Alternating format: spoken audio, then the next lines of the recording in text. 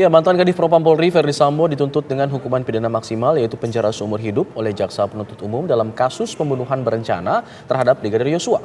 Sambo dinilai terbukti sah dan meyakinkan bersalah melakukan pembunuhan terhadap mantan ajudannya itu. Pemirsa, akankah hakim mengabulkan tuntutan jaksa?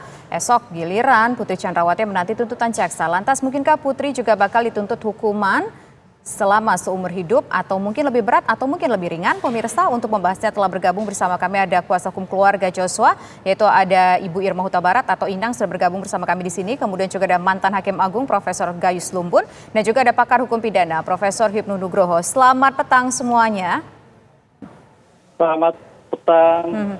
Baik, Prof. Gayus, baik. Mbak Irma.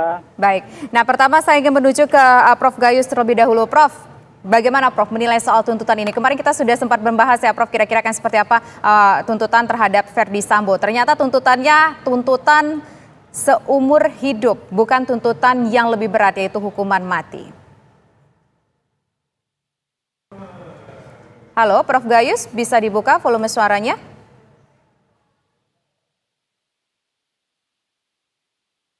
Ya, tampaknya ada gangguan komunikasi dengan Prof Gayus. Nanti kita akan mencoba memperbaiki gangguan komunikasi dengan Prof Gayus. Tapi sebelumnya kami ingin mendengar suara dari Prof Hipnu terlebih dahulu. Prof Hipnu, bagaimana tanggapan Anda atas tuntutan dari JPU terhadap Verdi Sambo hari ini, seumur hidup? Ya, kalau kita berdasar pada kebijakan pasal 240, Mbak. Di 240 itu adalah pidananya ada 3 kemungkinan. Pidana mati, seumur hidup, atau 20 tahun. Saya melihat jaksa penuntut umum ambil tengah, yaitu pidana mati. Nah itu. Karena kita berpikir ke depan, Pak. Pidana seumur hidup. Karena berpikir ke depan. Kalau pidana mati, memang betul, ini memang sangat mengecewakan ya pihak keluarga. Tapi di Indonesia, namanya pidana mati.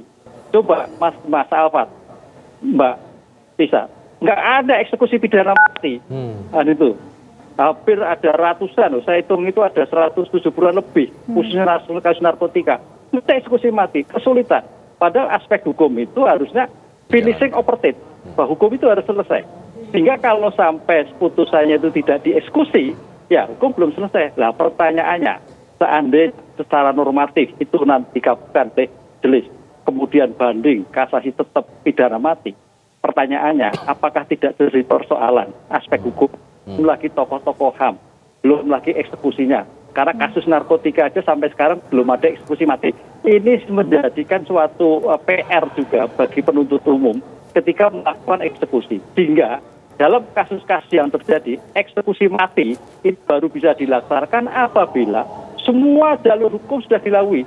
Banding, kasasi, PK, gerasi ditolak, baru dilakukan eksekusi. Itu pun juga masih menunggu. Nah disinilah saya melihatnya pertimbangan jauh ke depan oleh penuntut umum kenapa tidak menjatuhkan sampai pidana mati, tapi adalah pidana seumur hidup. Oke. Begitu. Oke, saya ingin meminta tanggapan dari Bu Irma. Bu Irma, saya ingin ke Bu Irma dulu ya. Bu Irma, tanggapannya seperti apa dari analisa Prof Hipnu seperti itu. Kabar katanya tidak, kalau hukuman mati agak rumit prosesnya. Hukuman pidana seumur hidup sepertinya sudah paling tepat. Iya, gini, kalau dari pihak keluarga, tentu saja keluarga kan kecewa karena memang mengharapkan ada hukuman maksimal, setidaknya tuntutannya maksimal. Karena kita belum tahu vonis hakimnya itu bagaimana.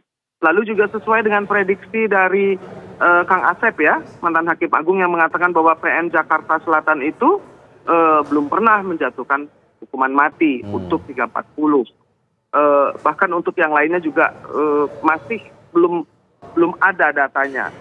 Jadi kalaupun dituntut dengan maksimal pun, itu hakimnya berarti akan memecahkan rekor nih PN Jakarta Selatan kalau memang akan ada hukuman mati.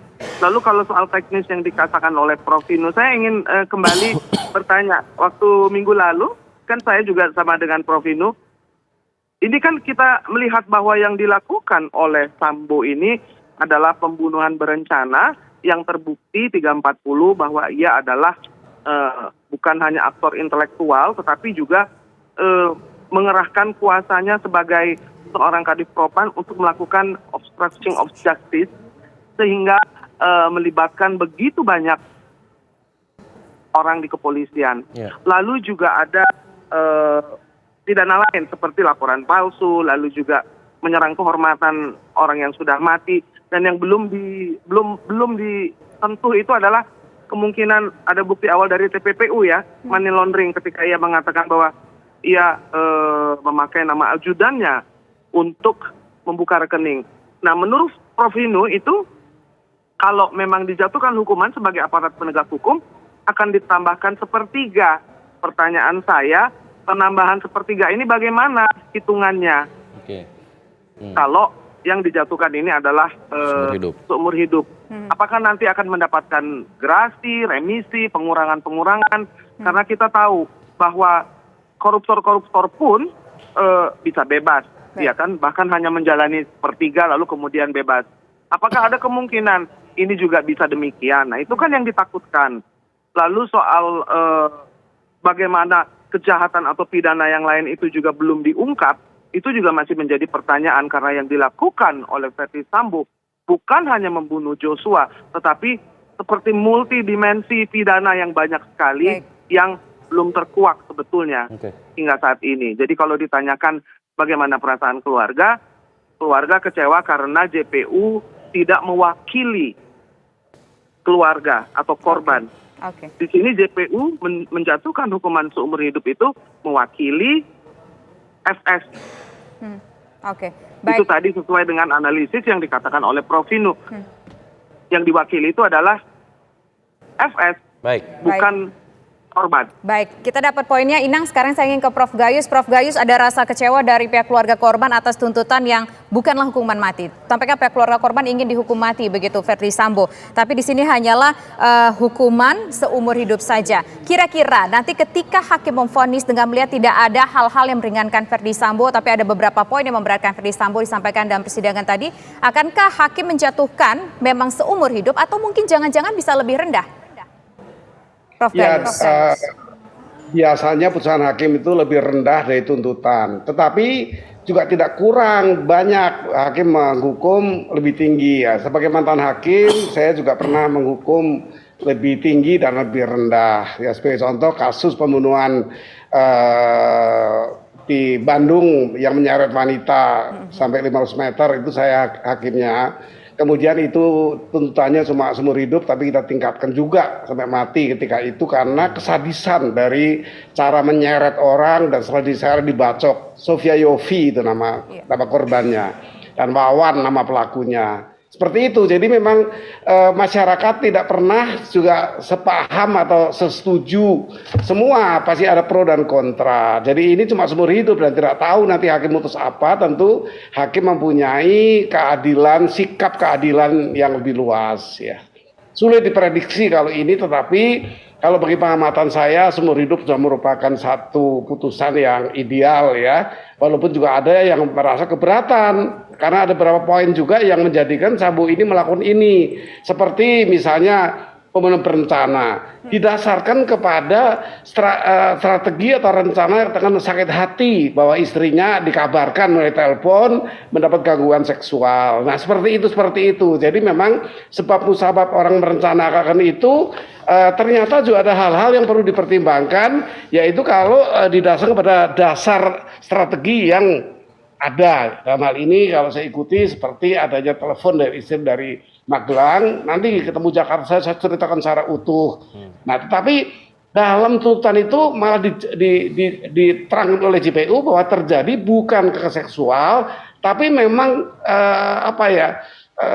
saling perselingkuhan, ya itu saling menghendaki keadaan itu. Ini saya kurang paham lagi nanti hakim menyikapi tuntutan dengan perubahan, bukan gangguan seksual atau tindakan kekerasan seksual, tetapi memang perselingkuhan. Bagaimana keadilan orang yang diselingkuhi ini? Itu nanti JPU akan menjelaskan dan tentu pledoi akan menjawab juga apakah perselingkuhan ini bisa dibuktikan. Begitu pandangan saya.